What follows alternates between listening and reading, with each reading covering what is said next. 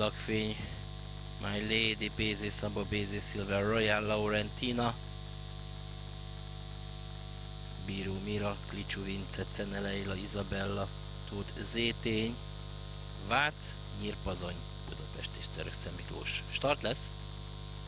És start, elindult a verseny, hát a szürkék dominálnak mennyiségben, és úgy tűnik, hogy lehet, hogy minőségben is.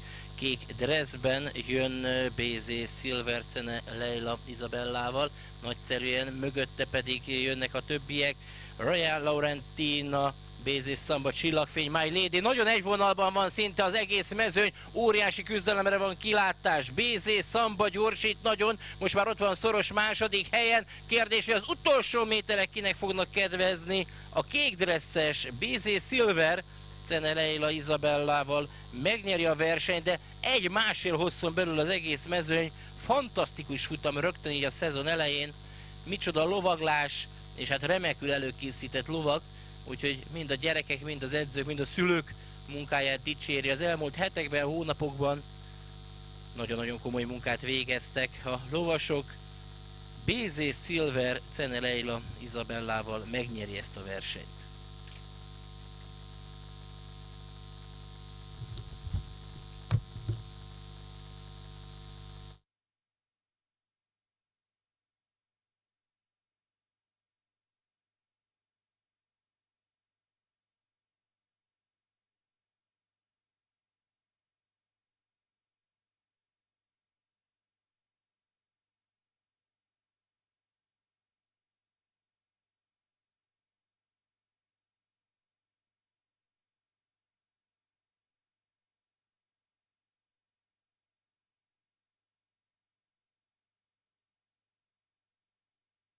Autó az első helyre, a 2-es és a 3-as között, a harmadik az 1-es.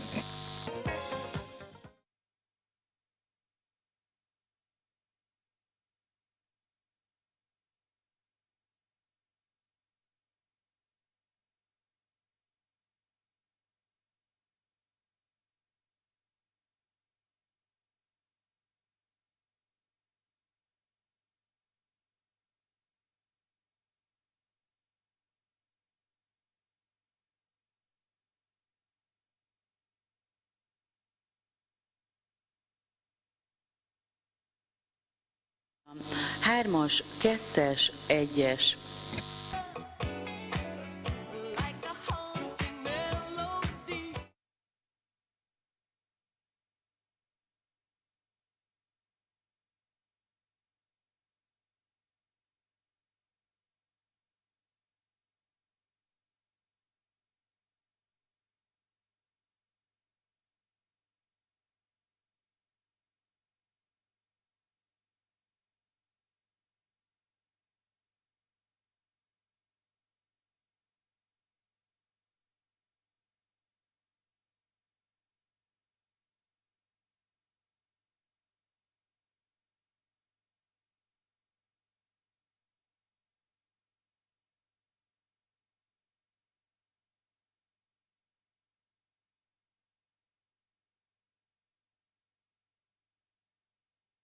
Első a 3-as, BZ Silver, második a 2-es, BZ Samba, harmadik az 1-es, Csillagfény Milady.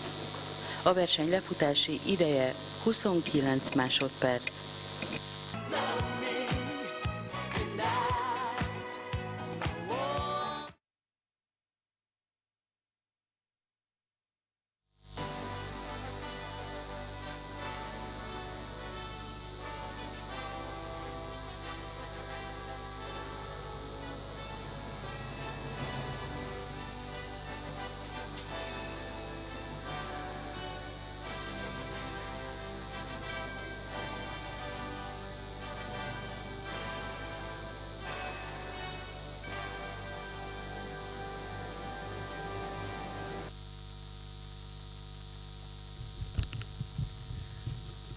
Béli Balog Ádám ifjúsági póni futama a Red Mills támogatásával, ez a Magyar Póni Championátus második futama.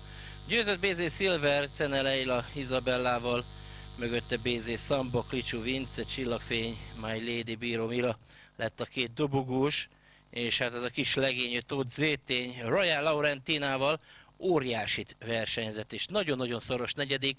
Minden idők egyik legszorosabb küzdelmét láthattuk, és hát jó hír, hogy két fiú lovas zsoki jelöltünk is volt ebben a mezőnyben a lányok mellett. Nagyszerű verseny, nagy küzdelem, gratulálunk, és itt van a győztes és a helyezettek, valamint a díjátadók. Folytatás nagyjából 10 perc múlva, 15 perc múlva a Bezerédi Miklós ifjúsági pónifutammal. Betyár, Skyfall, BZ Lord, Charmer és Ricsi négyesét várjuk, majd Varga, Bíbor, Csörgő, Lilien, Ceneleila, Izabella és Ros Anna Júlia. Ők folytatják.